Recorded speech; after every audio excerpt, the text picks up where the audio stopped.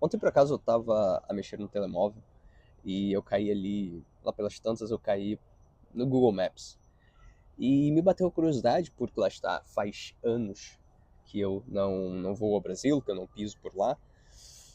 E me bateu uma curiosidade, eu, né, meti ali a morada onde eu cresci, lá no Brasil, e também a morada da minha esposa, né? São dois sítios completamente diferentes, para quem não sabe. Eu sou natural do Rio de Janeiro, a minha esposa é natural do Rio Grande do Sul, e portanto é uma parte bem ao sul do Brasil, e eu sou do sudeste do Rio natural, né? E eu meti lá a morada dela e tudo, olhei as ruas, fui. É como se tu tivesse de facto ali na rua, não é? Tu tens ali aquela opção do Google Street, onde tu vais andando e tal, e parece até que está um bocado atualizada, segundo conversas, né, com pessoas de lá, inclusive, está um bocado atualizada, e mostra, né, depois de anos ali sem pisar por lá, eu consegui, né, ter ali a sensação em loco de que eu estava ali a andar pelas ruas e etc e tal. E é curioso porque é algo que te entristece imenso, né? Eu tive a andar, eu tive a fazer um vídeo há alguns dias que houve até certa repercussão, foi curioso, né? Onde eu relacionei ali o barulho à pobreza, e alguns sentiram-se ofendidos, outros concordaram, mas por que não também, né? Eu relaciono também, e eu gostava de falar um pouco disso aqui, a, a feiura ao barulho. Então, ambos os elementos são diretamente proporcionais. Mas, continuando o meu relato, e eu estava ali, né? Eu olhei o sítio onde a minha esposa teve a crescer e tal. Um sítio, enfim, muito menos desmoralizado que o meu, mas apesar de tudo também alguns elementos me chamavam a atenção ali, alguns certos aspectos ali, uma cidade bonita até, em comparação lá à generalidade do que é o Brasil, né, das grandes cidades, etc, né? Mas quando eu fui ao sítio onde eu cresci e tal, eu abri ali aquele Google Street e eu comecei a andar pelas ruas, é de uma tristeza imensa, né?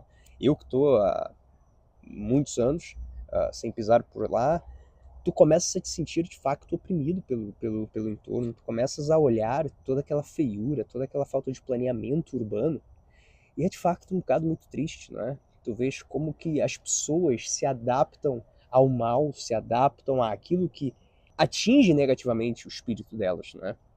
E sem que elas por vezes percebam isso.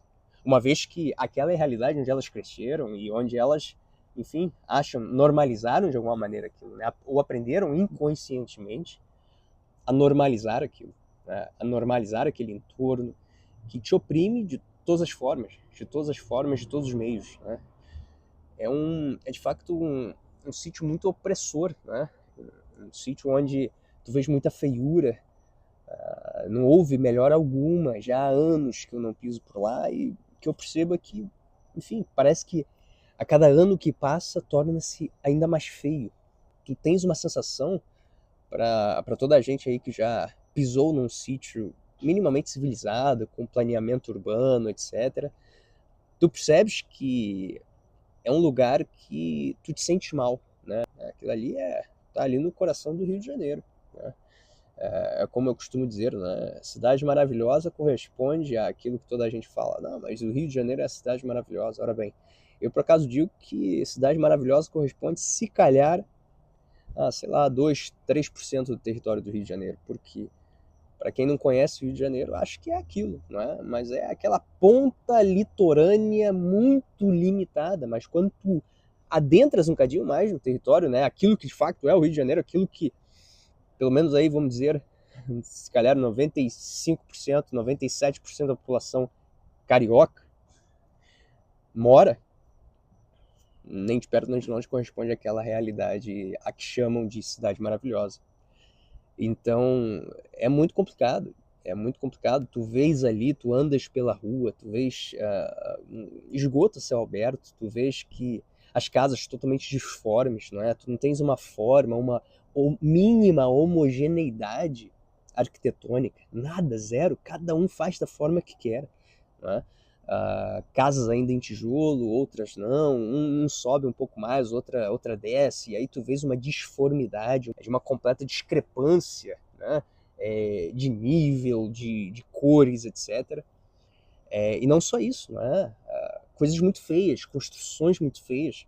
Aquilo que antes era, por exemplo, tu percebes ainda, em alguns sítios, né, eu a andar ali pela rua, tu percebes ainda que há ainda um quê de arquitetura nacional ali por trás, mas tá tudo denegrido, tá tudo muito destruído, não há manutenção alguma. As pessoas aprenderam a conviver com aquilo. Há inclusive um artigo muito interessante do Flávio Morgenstern, onde ele fala que há um certo quê de desumanidade que o carioca ele tende a desenvolver, até porque senão ele não conseguiria sobreviver, né, a tanta violência, a tanta feiura, a tanto barulho, né, ao qual ele vive. Esse aspecto arquitetônico também é um lado que adoece em muitas pessoas. Para quem um dia leu sobre a história do Rio de Janeiro, onde era aquele lugar onde condensava culturalmente o Brasil inteiro, né? Tu tinhas pessoas de todos os lados, aquela que antes já foi, inclusive, uma capital europeia, né? Capital de Portugal. Então, era um sítio onde condensavam todas as pessoas de todo o país, né? Ia para o Rio de Janeiro, né? Grandes intelectuais, grandes cabeças, grandes pessoas, né? Tu tinhas ali a condensação daquilo que era o Brasil, aquele aspecto arquitetônico nacional muito presente. E hoje nada. Parece a sensação que eu tenho, e houve um episódio há pouco tempo que ocorreu com a minha avó, que ainda mora no Rio de Janeiro, um daqueles episódios de violência lamentáveis, e eu vi certas imagens ali, e a sensação que tu tens quando tu olhas para aquele lugar, a sensação que tu tens é que a cidade recentemente passou por uma guerra civil, não é?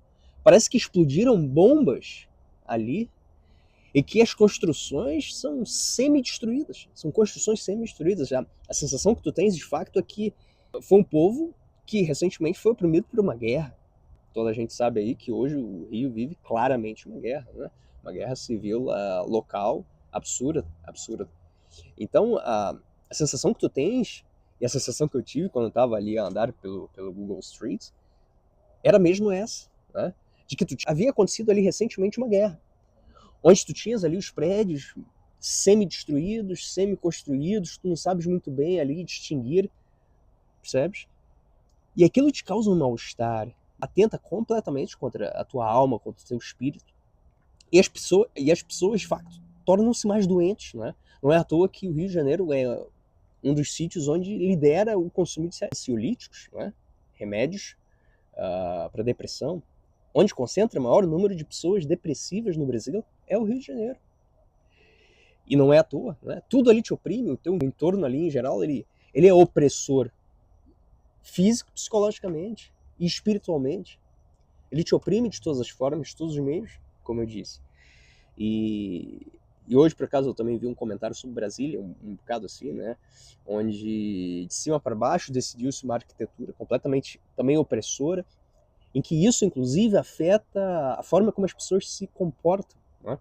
E houve uma análise ali onde correlacionava, inclusive, a arquitetura comunista com relação à psicologia, né, daqueles que vivem ali em Brasília, né? E inclusive ele ia trazer, por exemplo, a ideia de que as pessoas em Brasília são frias e pouco ousadas, justamente por esse aspecto arquitetônico que as oprime, as adoece em certa medida, né? E a beleza, de facto, caminha com isso, né? Tu vês que os sítios mais barulhentos são os sítios cujo planeamento urbano são dos piores, são sítios muito feios, arquitetonicamente muito feios e assim por diante, né? Tu vês uma correlação direta, né, sobre barulho e feiura urbana. Então tu percebes exatamente isso, que a beleza ela caminha junto ao silêncio. A beleza urbana, o planeamento urbano caminha junto ao silêncio. por mais estanque já do que é uma contemplação, do que é o olhar para o alto tu sejas, é impossível tu ignorares, por exemplo, a arquitetura, aquela arquitetura icônica, gótica, e que te força a olhar para o alto, que é a arquitetura europeia. Quando tu chegas a Portugal, por exemplo, né, eu costumo dizer que tu andares pelas ruas de Portugal é tu contemplares constantemente o sagrado e o profano. Né? Aquilo te desconcerta, ainda que tu não queiras. Aquilo te desconcerta de todas as formas. Quando tu estás ali no carro e de repente tu viras uma rua e tu vês uma cruz de Cristo, né? Ali bem estampada na tua frente. E é impossível tu ignorares aquilo, aquela arquitetura gótica, aquela beleza da arquitetura europeia. Né? É impossível tu ignorares aquilo. E tu passas a contemplar novamente. E basta tu perceber, se tu fores analisar bem, sítios em que tu te sentes tranquilo, tu sentes que a tua alma se pacifica, né? Tu relacionas esses sítios com sítios silenciosos, sítios onde tu consegues ouvir a natureza, sítios onde tu consegues ouvir o barulho dos pássaros. São sítios que tranquilizam a tua alma. São sítios que, né, fazem ódio ao silêncio.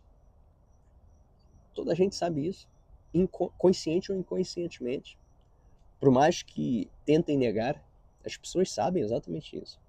E sítios que te agitam, te incomodam, né, adoecem o teu espírito, eles são relacionados à feiura e ao barulho. Tu te tornas menos doente espiritualmente, né? Quando tu passas a viver, a conviver e a viver num sítio onde tu tens um mínimo de planeamento urbano, tu tens o verde, é muito bem cuidado, um ambiente de beleza que te permite a contemplação. Isso só faz bem para a alma de toda a gente.